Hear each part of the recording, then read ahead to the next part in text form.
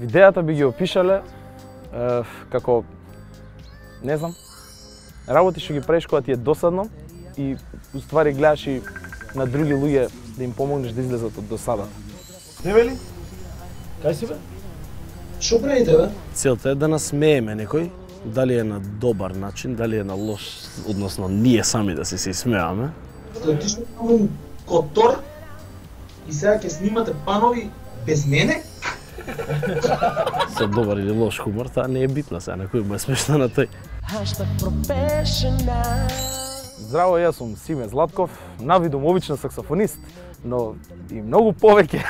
Ша, докторе, нема смисла што роват 2 сати те чекам. Па знаете како велат старите, времето личи се. Јас се викам Наско Џорлев, гитарист сум и снимам со Симе глупи видеа. Доктор, стварно не знам, стварно мислам дека сум дебел, вие што мислите што ги ме кажат? Дебел си. Не знам, јас сепак ќе прашам нека друго мислење, не знам. Еве ќе ти дадам и друго мисли. И не си баш најубав. А идеите најмногу ги црпиме од дали од наши фори од другари, дали нешто од друштво муабе што се дешава, од видеа, од филмови, од се што се дешава околу нас. Од секојдневниот живот, па што знам? Мој.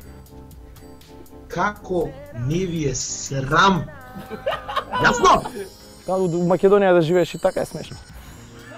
Граѓаните овдека не се спремни за секако вид на хумор, а институциите не поддржуваат се.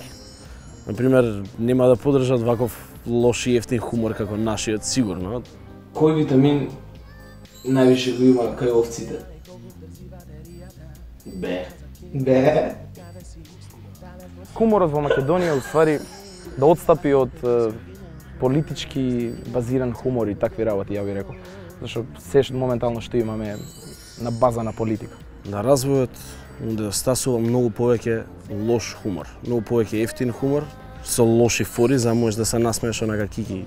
Гледајте Дебелиот крај и смејте се со нас или на нас. Продавам штраси, гер за мобилни телефони.